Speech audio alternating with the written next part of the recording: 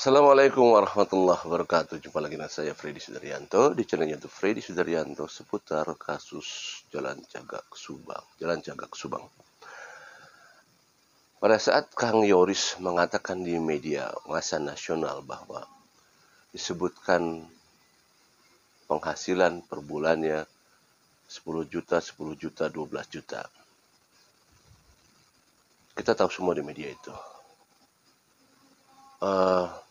Emang saya juga pada saat mendengar itu kok kenapa Kang Yoris sampai memberitakan hal yang seperti itu. Padahal kan sebenarnya dari hostnya sendiri tidak menanyakan berapa gaji Anda gitu kan. Cuman pada saat itu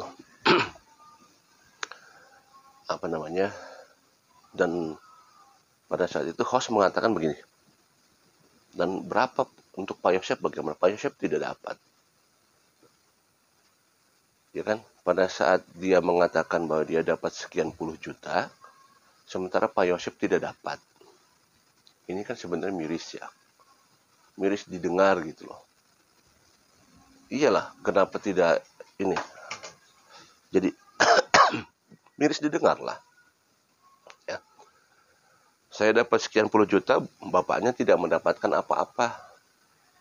Karena dikatakan bahwa bapak itu boros. Ya. Ya, sebenarnya begini sebenarnya. Nggak tahu, itu mereka yang tahu ya asalnya seperti apa sehingga Pak Yosep tidak dilibatkan dalam yayasan tersebut ya, dalam yayasan tersebut.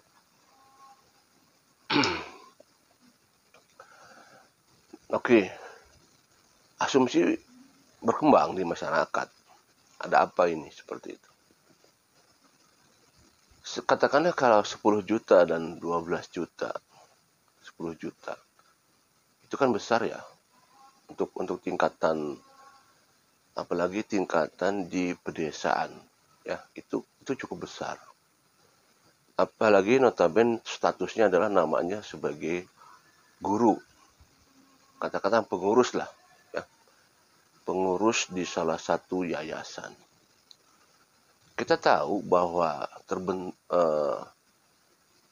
terbentuknya yayasan itu kan adanya suatu organisasi yang dikelola. Apa yang dikelolanya adalah sekolah. Kita tahu di media bahwa jumlah atau yayasan itu mendapatkan kucuran dana yang disebut dengan dana bos. Yang per triwulan dia akan dikeluarkan, digelontorkan. Dalam 1 tahun bisa sampai 4 kali.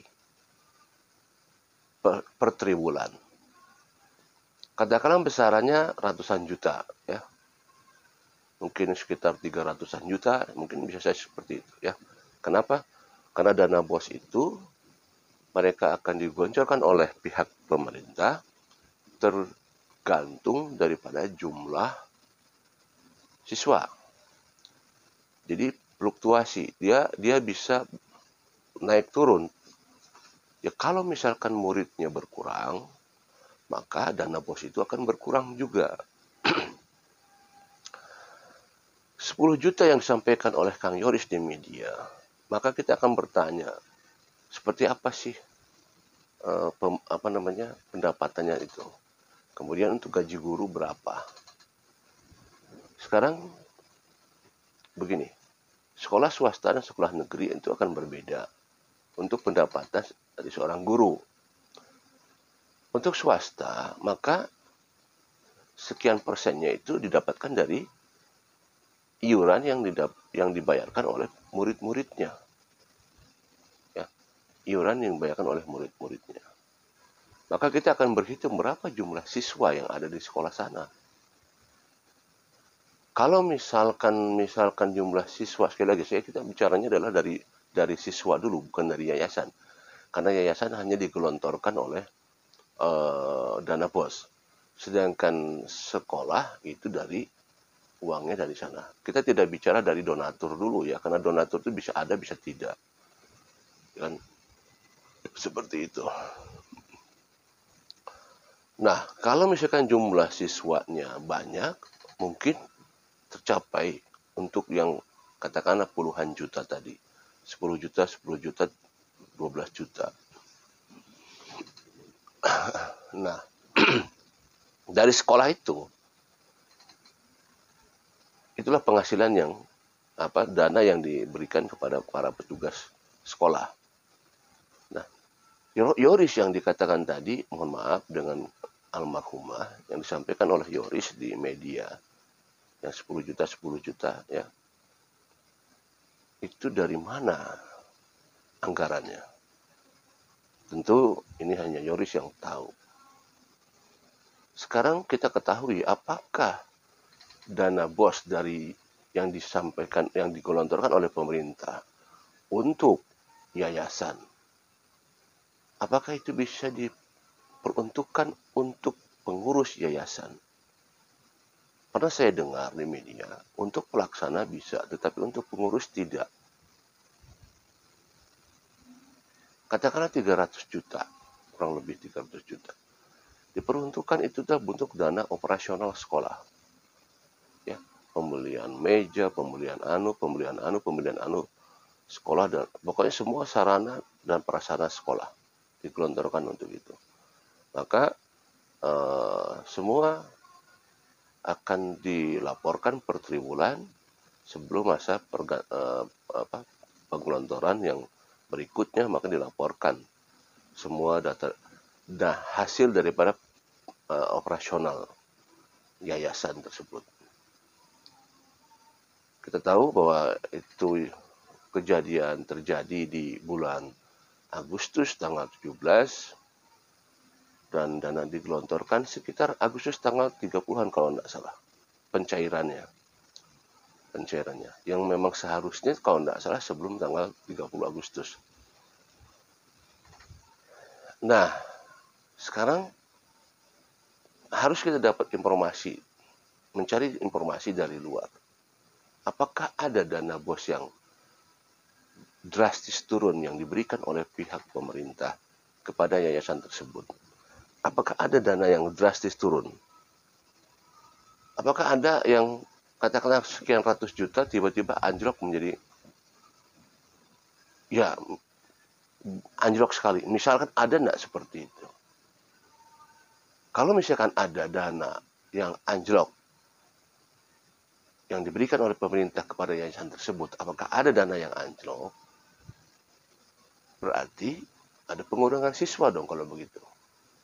Karena jumlah dana BOS itu tergantung daripada jumlah siswa. Sekali lagi pertanyaannya, apakah ada dana yang anjlok? Kita lihat latar belakang daripada Yoris beserta keluarga. Yoris beserta keluarga, penghasilannya dari mana? Untuk kehidupan sehari-harinya dari mana? Ya, mereka adalah usahanya di yayasan tersebut, di sekolah tersebut maksudnya, ya. Di sekolah tersebut artinya mendapatkan penghasilan daripada iuran yang diberikan oleh para siswa. Kita ketahui di ceritanya itu Pak Yosef tidak mendapatkan katanya. Entah dari mana Pak Yosef untuk menghidupi istri mudanya dan anak-anaknya ya. Dari istri mudanya. Dari mana Pak Yosef mencukupi? Apakah punya, karena katanya ada sumber Pak Yosef adalah seorang kontraktor, pengusaha, yang mungkin saja dari situ. Katakan untuk Yoris sendiri, dia tidak punya usaha lain selain di sekolah tersebut sebagai owner lah, ya, situ sebagai pembinanya, ketua yayasan. Nah, apakah Yoris punya penghasilan lain? Tidak ada. Sepertinya tidak ada. Termasuk kedua almarhumah. Seperti itu. Kalau misalkan jumlah siswanya di sekolah tersebut adalah menentukan daripada jumlah penghasilan untuk mereka dalam kehidupan sehari-harinya.